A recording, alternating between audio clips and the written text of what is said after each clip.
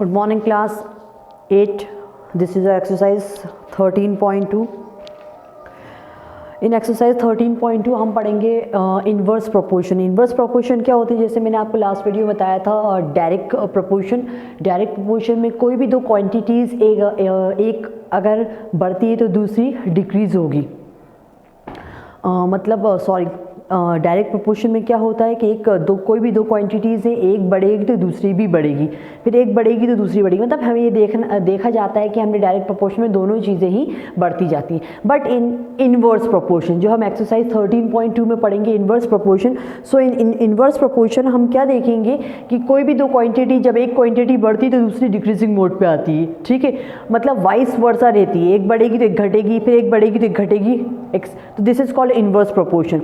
In inverse proportion, your first question is which of the following are inverse proportion? इनमें से कौन सा inverse proportion है? First हम देखेंगे the number of workers on a jobs, क्योंकि MCQ टाइप क्वेश्चन है। इसमें आपको यहाँ पर कुछ स्टेटमेंट दिए हैं जिसमें आपको टिक आउट करना है, आइडेंटिफाई करना है एक्चुअली कि which one is inverse proportion. जैसे मैंने आपको इनवर्स प्रोपोर्शन के बारे में बताया कि वाइस वर्सा रहता है, दो क्वांटिटीज़ हैं, कोई भी दो चीज़ों के बारे में बात हो रही है तो आपको उसको रीड करके बताना है कि ये इनवर्स प्रोपोर्शन है या नहीं। इनवर्स प्रोपोर्शन वो होता है जिसमें कोई दो क्वांटिटीज़, एक बढ़ती है तो दूसरी घटती है। The first is the numbers of workers on a job. कोई जॉब है, उसमें नंबर ऑफ वर्कर्स हैं and the time to complete the job, और टाइम है कंप्लीट करने के लिए, जॉब के लिए। अब सपोज 2 घंटे में कोई भी काम को कंप्लीट करना है, जितने ज़्यादा लोग होते जाएंगे कम वक्त में वो काम होगा। तो ये वाला जो हमारा फर्स्ट स्टेटमेंट है ये इनवर्स प्रोपोर्शन का है। तो मैं यहाँ लिखूंगी नहीं, सिर्फ मेंशन कर दूंगी कि फर्स्ट हमारा इनवर्स प्रोपोर्शन है।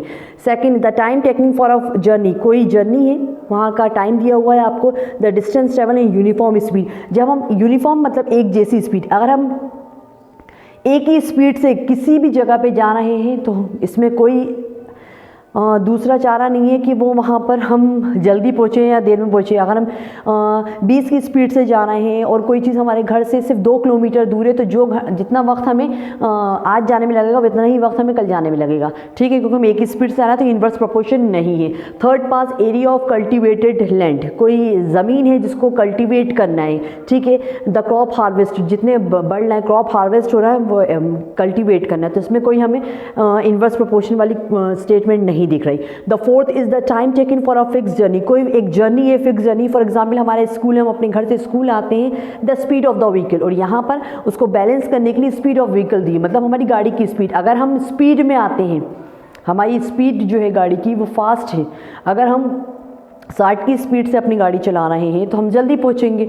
अगर हम 20 की स्पीड से चला रहे हैं तो हमसे, ये तो डिपेंड करता है ऑन स्पीड ऑफ व्हीकल। अगर स्पीड बढ़ेंगे तो हम जल्दी पहुंचेंगे, स्पीड स्लो होगी तो हम लेट पहुंचेंगे। So it is a part of this statement is a inverse proportion. So first and fourth is inverse proportion. Fifth one is the population of country. किसी भी कंट्री की जनसंख्या, population and the area of land पर person, और पर person area. For example ये room है, यहाँ पर जितने 50 लोग होंगे तो यहाँ पर बहुत हम इकट्ठा बैठेंगे, और अगर यहाँ पर 5 लोग होंगे इस रूम के अंदर तो वहाँ पर एक एक इंसान को बहुत एरिया मिलेगा।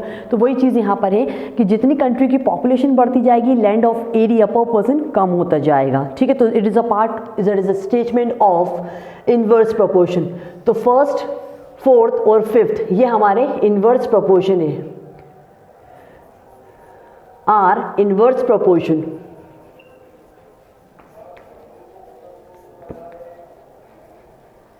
इसके बाद हम मूव करेंगे नेक्स्ट क्वेश्चन की तरफ, which is question number 2। In question number 2 and a television game show.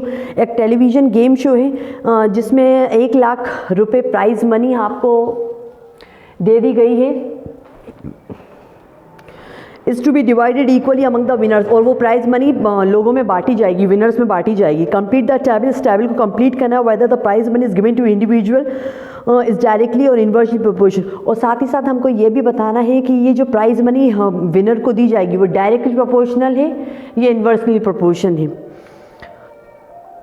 सबसे पहले डायरेक्टली प्रोपोर्शनल के बारे में मैं आपको बताऊंगी।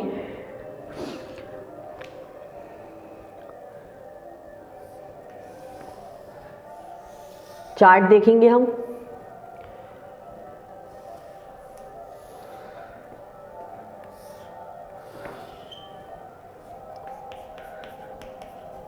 नंबर ऑफ विनर्स, सबसे पहले तो विनर्स कितने हैं उस गेम शो के विनर्स, 1 है, 2 है, 4 है, 5 है, 8 है,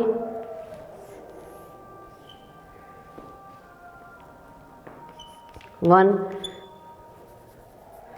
2 4 5 8 10 20 ये विनर्स हैं। जाहिर बात है 1 लाख रुपए जब 20 लोगों में बटेंगे तो हर ईच पर्सन हैव, एक एक इंसान के हिस्से में बहुत कम पैसे आएंगे ना, तो वही यहाँ पर मतलब 20 लोगों में 1 लाख रुपए बटेंगे तो एक हिस्से में 5-5 हज़ार रुपये आएंगे। तो ये साफ साफ समझ में आ रहा है is a which types of question, is a inverse types of question. तो क्योंकि यहाँ पर अमाउंट जो गिवन हो रहा है विनर्स को वो क्या है, इन्वर्सली प्रोपोर्शनल है, किसके, नंबर ऑफ विनर्स के।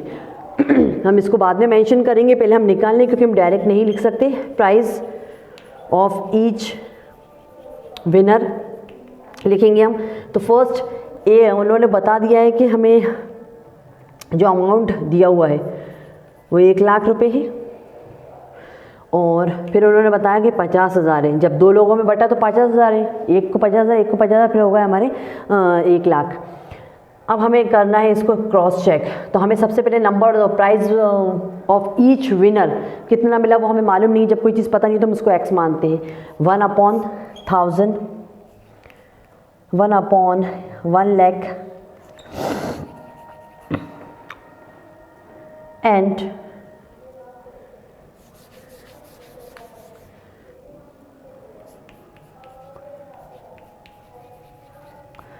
Two into 50,000। ठीक, ऐसा दिया हुआ है क्वेश्चन। अब मैं आपको बताती हूँ कि इन्वर्सली प्रोपोर्शन है, इस वजह से हम इसको ऐसे ले रहे हैं, नहीं तो आप डायरेक्टली प्रोपोर्शन में 1/1 लाख और 2/50,000 करते थे, देन क्रॉस मल्टीप्लिकेशन करके करते हैं तो वो डायरेक्ट प्रोपोर्शन था। ये इन्वर्स प्रोपोर्शन है, तो इन्वर्स प्रोपोर्शन में जो अपॉन वाली चीज़ होती है वो साइड में मल्टीप्लाई होती है। ठीक है, अगर ये दोनों मल्टीप्लाई करके क्या देंगे, 1 को इससे करेंगे तो ये 1 लाख ही रहेगा। अगर ये मल्टीप्लाई करके 1 लाख दे दे इट मीन्स ये इन्वर्स प्रोपोर्शन का क्वेश्चन मैं हर तरीके से आपको समझा रही हूँ। 2 5 10, फिर 1 2 3 4 4 0 लगा दो, 1 2 3 4 आ गया 1 lakh. Unit 10 100,000 10,000 lakh, unit 10 100,000 10,000 lakh. So it is a type of inverse proportion. ये हमने क्लियर हो गया। अब हम निकालना शुरू करेंगे हमारा यहाँ से आंसर्स। हम हर चीज़ को इससे कंपेयर करेंगे, इसको भी इससे, इसको भी इससे, इसको भी इससे, देन इससे, लास्ट को भी इससे। 4 का मल्टीप्लाई होगा x से, क्योंकि हमें अमाउंट नहीं मालूम। ठीक,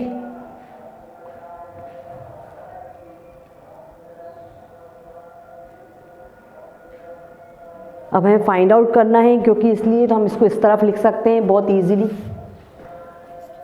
4 × x is equals to 1 × 1 lakh.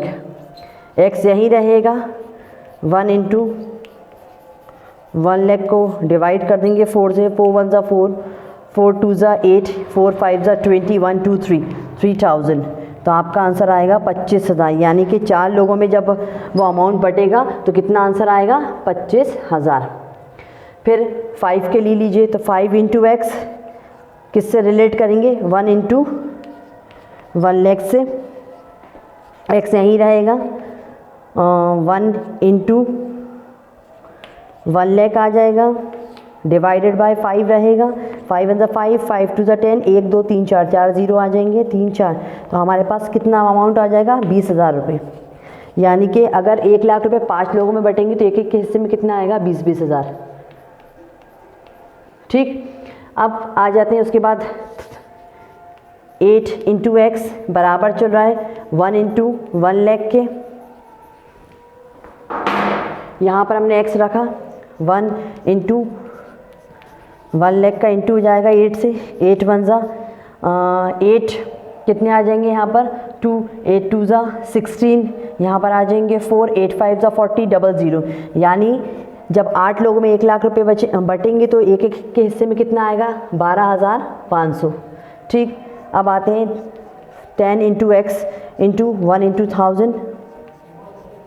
यहाँ देखेंगे x को यहीं रखेंगे, 1 × 1000 का मल्टीप्लाई होगा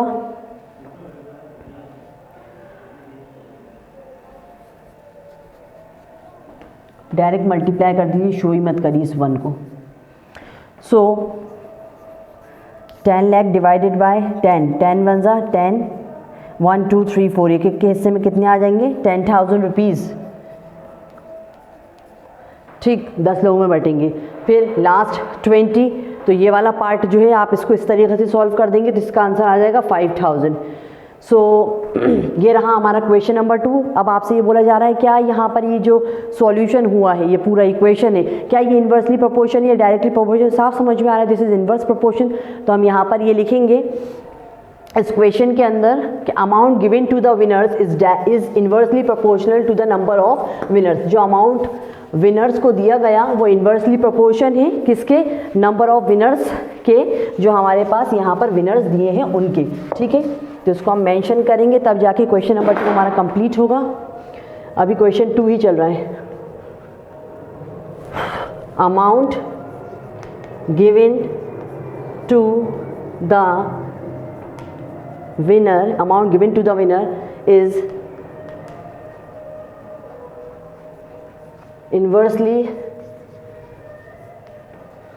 inversely proportional to the number of winner। ठीक है, so this is our question number 2। इसके बाद हम मूव करेंगे नेक्स्ट क्वेश्चन की तरफ विच इज क्वेश्चन नंबर 3। क्या बोल रहा है कि रहमान ने एक व्हील बनाया जिसमें उसने स्पोक्स, तीलियाँ लगाई, और वो उनको इस तरीके से फिक्स कर रहा है उन तीलियों को कि उनके बीच में जो एंगल बन रहा है वो इक्वल आना चाहिए। तो हमें एक चार्ट दिया हुआ है और यहाँ पर ये टेबल दी, ज़रा देखेंगे क्वेश्चन नंबर हम 3।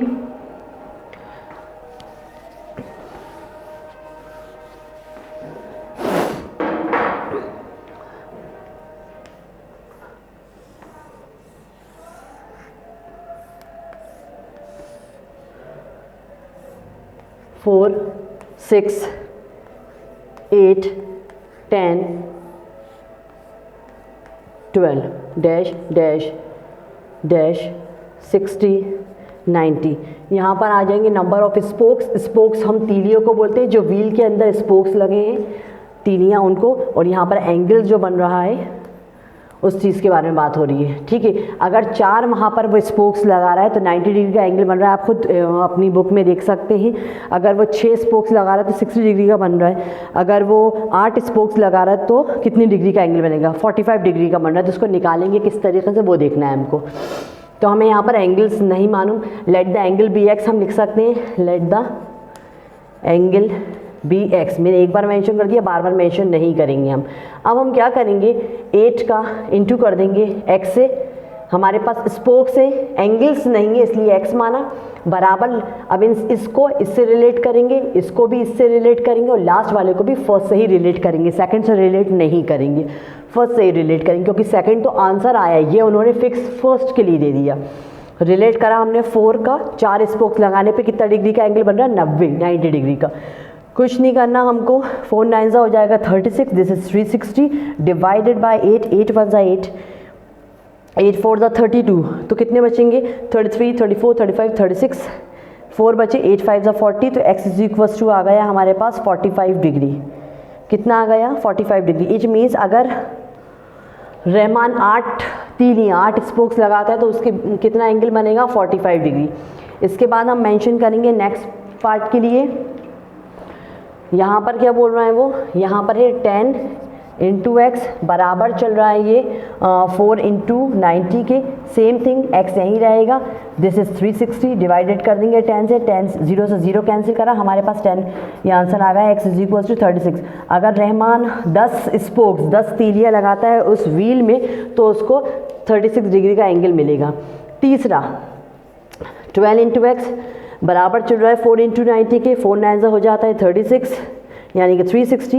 नाउ 12 1 12, 12 3 36, 0 का 0, x is equal to 30। It means अगर रहमान 12 तीलियाँ लगाता है तो उन तीलियों के बीच में जो एंगल बनेगा वो 30 डिग्री का बनेगा। सो this is were question number 2, जिसके हमारा कॉलम था 45 36 एंड 30 डिग्री। अब इस क्वेश्चन से रिलेटेड कुछ क्वेश्चंस उन्होंने पुटअप करे हमसे जो हमें यहाँ पर देखने हैं। पहला क्वेश्चन है, are the number of spokes and the angle formed between the pairs of consecutive spoke inverse proportion. वो ये बोल रहा है क्वेश्चन के अंदर कि यहाँ पर जो स्पोक्स लगाए जा रहा है, रहमान जो व्हील में स्पोक्स लगा रहा है वो spokes and the angle form between the pair of consecutive, और एंगल जो उनके बीच में फॉर्म हो रहा है, क्या वो इनवर्स प्रोपोर्शन? जी हाँ, इनवर्स प्रोपोर्शन है। आप देखिए, आप अपने टेबल को देख सकते हैं, जैसे जैसे उसके स्पोक्स बढ़ते जा रहे हैं एंगल कम होते जा रहा है। 4 स्पोक्स 90 डिग्री था, स्पोक्स बढ़े यानी कि जगह कम पड़ी तो उनके बीच में एंगल्स कम होने लगे। 8 स्पोक्स एंगल कम हो गया 45, एंगल कम होते जा रहा है, एंगल डिक्रीजिंग मोड पे जा रहा है और ये चीज़ हमारी बढ़ती जा रही है। 10 स्पोक्स लगाए तो 36 डिग्री, फिर 12 स्पोक्स लगाए तो 30 डिग्री। तो yes, it is a question of inverse proportion. तो हम थर्ड क्वेश्चन का जो फर्स्ट पार्ट है उसमें लिख देंगे येस। फिर सेकंड पार्ट में उन्होंने एक सवाल पूछा है आपसे कि calculate the angle between a pair consecutive spokes on a wheel with 15 spokes. Calculate करना है हमको, अगर रहमान 15 स्पोक्स लगाता, 15 तीलियाँ लगाता तो कितने डिग्री का एंगल बनता उनके बीच में। तो यहाँ पर स्पोक्स, हमें एंगल्स नहीं मालूम, तो यहाँ पर लिख देंगे let the angle be x. ठीक है, तो हमने लिखा 15 वो स्पोक्स लगाता है तो कितने डिग्री का एंगल बनता है वो हमें नहीं मालूम। हम 4 × 90 से इसको रिलेट करेंगे। ठीक, x यहीं रखेंगे, 4 9 होता है 36, डिवाइडेड बाय हो जाएगा 15। नाउ 15 1 15, 15 2 होता है 30, यहाँ ये 6 है 60, 15 4 60, यानी x = 24 आया। अगर रहमान 15 स्पोक्स लगाता है तो उन स्पोक्स के बीच में जो एंगल फॉर्म होगा वो 24 डिग्री का होगा। तो थर्ड क्वेश्चन का सेकंड पार्ट का आंसर है 24 डिग्री। इसके बाद हम नेक्स्ट थर्ड पे मूव करेंगे। यहाँ क्वेश्चन नंबर 3 में आपसे बोल रहे हैं how many spokes would be needed, कितनी स्पोक्स की ज़रूरत पड़ेगी if the angle between a pair consecutive spokes is 40। अगर 40 डिग्री का एंगल बनता है तो कितने स्पोक्स की ज़रूरत पड़ेगी? देखिए 8 स्पोक्स लगाने में 45 डिग्री हो रहा है, यानी यहाँ पर क्वेश्चन नंबर जो थर्ड है इसमें आपसे नंबर ऑफ स्पोक्स पूछे, समझ रहे हैं ना आपको, नंबर ऑफ स्पोक्स पूछे, आपसे बोला कि 40 डिग्री का एंगल बन रहा है तो बताइए नंबर ऑफ स्पोक्स कितनी तीलियां रहमान उस व्हील में लगाएगा जो उनके बीच में 40 डिग्री का एंगल बन रहा है। तो यहाँ पर नंबर ऑफ स्पोक्स हमको नहीं मालूम। थर्ड क्वेश्चन का थर्ड पार्ट, तो हम लिखेंगे let the number of spokes be x. हमने माना कि नंबर ऑफ स्पोक्स जो है वो x है। ठीक, नंबर ऑफ स्पोक्स x है, कितने डिग्री का एंगल बन रहा है? 40 डिग्री का एंगल बन रहा है और हम हर चीज़ को रिलेट कर रहे हैं 4 × 90 से। x यही रहेगा,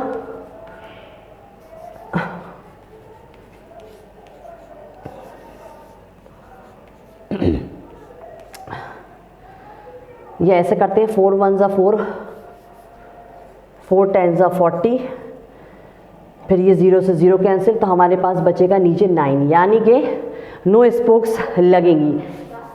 x = 9, यानी कि 9 स्पोक्स। जब 40 डिग्री का एंगल बनेगा तो कितनी स्पोक्स लगेंगी? 9 spokes. So this is a question number third. इसके बाद हम मूव करेंगे फोर्थ क्वेश्चन पे।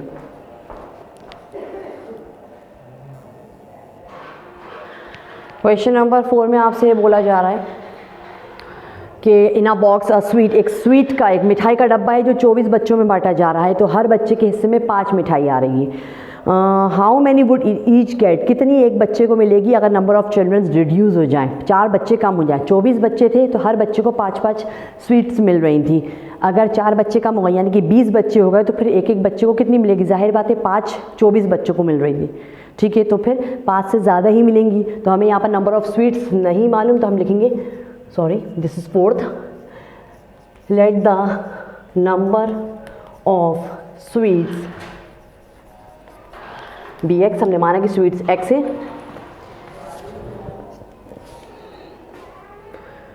ओके, सबसे पहले तो नंबर ऑफ चिल्ड्रन,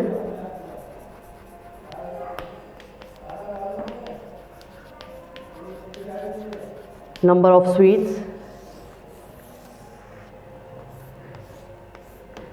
जब 24 बच्चे थे तो 5 मिल रही थी, नंबर ऑफ़ चिल्ड्रंस 4 कम हो गए यानी कि 20 बच्चे, तो स्वीट्स कितनी होगी नहीं पता, क्योंकि ये एक इन्वर्सली प्रोपोर्शन क्वेश्चन है। तो 20 का 5 से मल्टीप्लाई और 20 का x से मल्टीप्लाई होगा।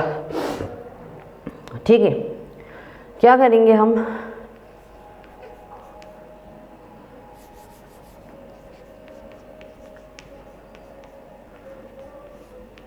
मल्टीप्लाई वाली चीज़ डिवाइड में आ गई।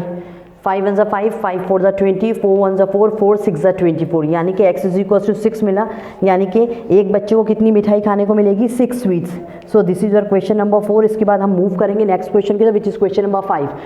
क्वेश्चन नंबर 5 जो है उसमें बोला जा रहा है कि एक फार्मर, एक किसान 20 एनिमल को फूड एक किसान है जिसके पास इतना खाना है कि वो 20 जानवरों को 6 दिन तक खिला सकता है। आपको बताना है उसका खाना कितने दिन और चलेगा अगर उसके 10 जानवर और बढ़ जाएंगे, यानी कि 20 एनिमल्स को वो 6 इतना खाना है कि 20 जानवर उसके पास जो है वो 6 दिन तक आराम से खा सकते हैं। अगर वो 10 जानवर और ले आते, यानी कि अब कितने जानवर हो गए उसके पास, कितने एनिमल्स हो गए, 30 एनिमल्स। तो जाहिर बात है उसका फूड 6 दिन तो नहीं चलेगा, 6 दिन से पहले ही ख़त्म हो जाएगा, क्योंकि खाने वाले ज़्यादा हो गए। तो नंबर ऑफ़ यहाँ पर आपसे बोला गया है नंबर ऑफ़ डेज़, 6 दिन चलने के बजाय कितने दिन चलेगा, तो नंबर ऑफ़ डेज़ पूछा है कि फूड उसका लॉन्ग लास्ट कब तक करेगा। Let the number of days be x, हमने माना कि नंबर ऑफ़ डेज़ जो है वो एक्स है, days be x. Okay, same chart बनेगा, सेम ही क्वेश्चन है ये पूरे। Number of animal and number of days. Number of animals कितने हैं, 20, तो वो 6 दिन तक खा सकते हैं। नंबर ऑफ़ एनिमल्स बढ़ गए, 10 बढ़ गए, तो 20 प्लस 10 30 जानवर हो गए, तो कितने दिन तक आएंगे हमें नहीं मालूम, क्योंकि ये इन्वर्स प्रोपोर्शन क्वेश्चन है। तो 20 का 6 से मल्टीप्लाई होगा, 30 का x से मल्टीप्लाई होगा। ठीक, x यहीं रखेंगे, ये चीज़ पूरी इधर आ जाएगी एंड 30 मल्टीप्लाई वाली चीज़ डिवाइड में चली जाएगी। नाउ 6 1 ज़ा 6, 6 5 ज़ा 30 एंड 5 1 ज़ा 5, 5 4 ज़ा 20, x इज इक्वल टू 4 मिला। x था क्या, नंबर ऑफ़ डेज थे, यानी कि 4 दिन वो खाना, जब जानवर बढ़ जाएंगे तो वो खाना 4 दिन चलेगा, तो x की वैल्यू आ गई 4। ठीक है दोस्त, दिस इज़ और क्वेश्चन नंबर 5। इसके बाद 6 क्वेश्चन और 7 क्वेश्चन बिल्कुल सेम ही है, पूरी एक्सरसाइज सेम है। क्वेश्चन 6 क्वेश्चन 7 आपके होमवर्क रहेंगे। इसके बाद हम मूव करेंगे नेक्स्ट क्वेश्चन की तरफ, which is question number 8।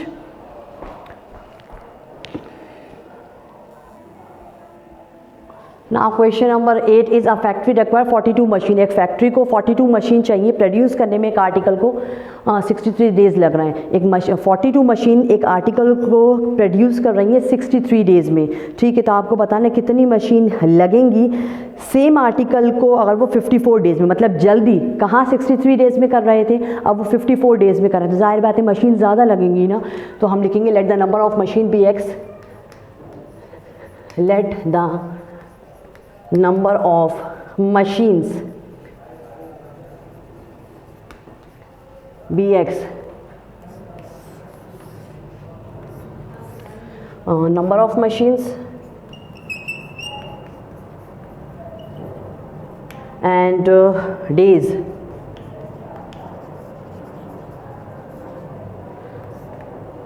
Forty 42 machine उस आर्टिकल को 63 डेज़ में करती हैं। नंबर ऑफ़ मशीन हमें नहीं मालूम कि वो 54 डेज़ में कर रही हैं, क्योंकि ये हमारा क्वेश्चन है इन्वर्सली, तो 42 का इंटू हो जाएगा एंड x का इंटू हो जाएगा 54 से, x यहीं रहने देंगे।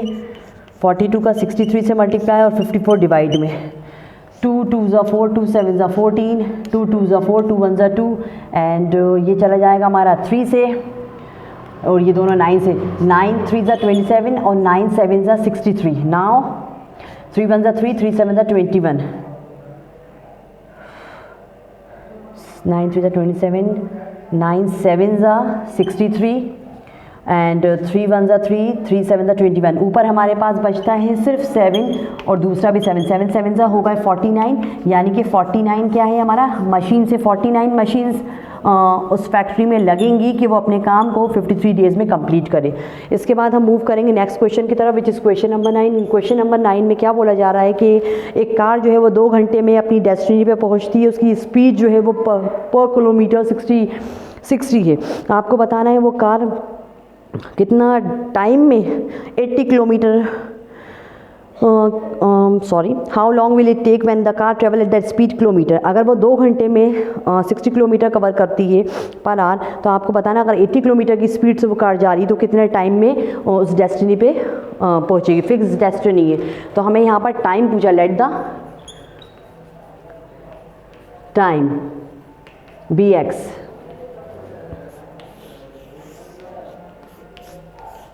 यहाँ पर हम डाल देंगे डिस्टेंस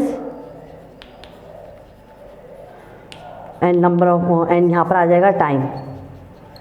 डिस्टेंस वो कितना ले रही है 60 2 घंटे में, और यहाँ पर 80 किलोमीटर, यह हमें नहीं पता कितने वक्त में, तो 60 का इंटू 2 से, 80 का इंटू एक्स से, एक्स यहीं रखेंगे, 60 इंटू 2 यहाँ पर आ जाएगा 80, 0 से 0 जाएगा, 2 1 ज़ा 2, 2 4 ज़ा 8, ये जाएगा 2 3 ज़ा 6, 2 2 ज़ा 4, तो हमारे पास आया 3/2, इसका होल नंबर बना देंगे हम, तो जाएगा 2 1 ज़ा 2 और 1, 2 1 ज़ा 2 और 1 रिमाइंडर बचेगा 1। तो इट मीन्स वो कार जो है 80 किलोमीटर प्रति घंटे से जाएगी, तो वो x इज इक्वल टू 1.5 आया है। इट मीन्स आपका आंसर आएगा आवर्स, यानी कि जो कार है वो 1.5 घंटे में वहाँ पर अपनी डेस्टिनी पे पहुँच जाएगी। इसके बाद हम देखेंगे क्वेश्चन नंबर 10 जो आपका होमवर्क रहेगा, बिल्कुल हमारा क्वेश्चन नंबर सारे जो करवाएं उन्हीं की तरह है। इसके बाद हम मूव करेंगे क्वेश्चन नंबर 11 की तरफ।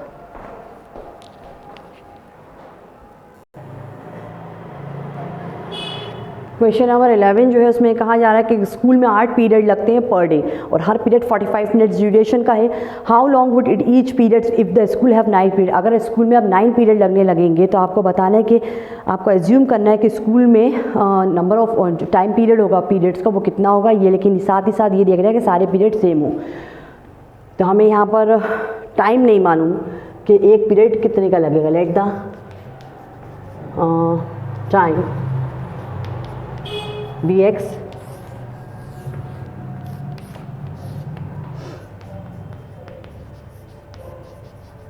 number of period, duration of period।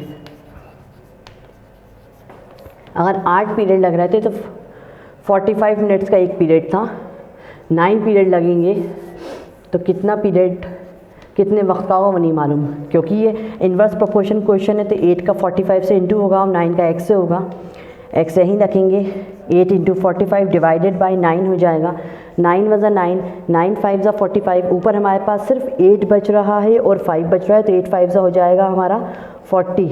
It means अगर उस स्कूल में 8 के बजाय 9 पीरियड लगने लगते हैं तो एक पीरियड 40 मिनट का होगा। So this is your last question of exercise 13.2 for today. It is enough. I hope you understand. In next video we will start next chapter 11। Thank you.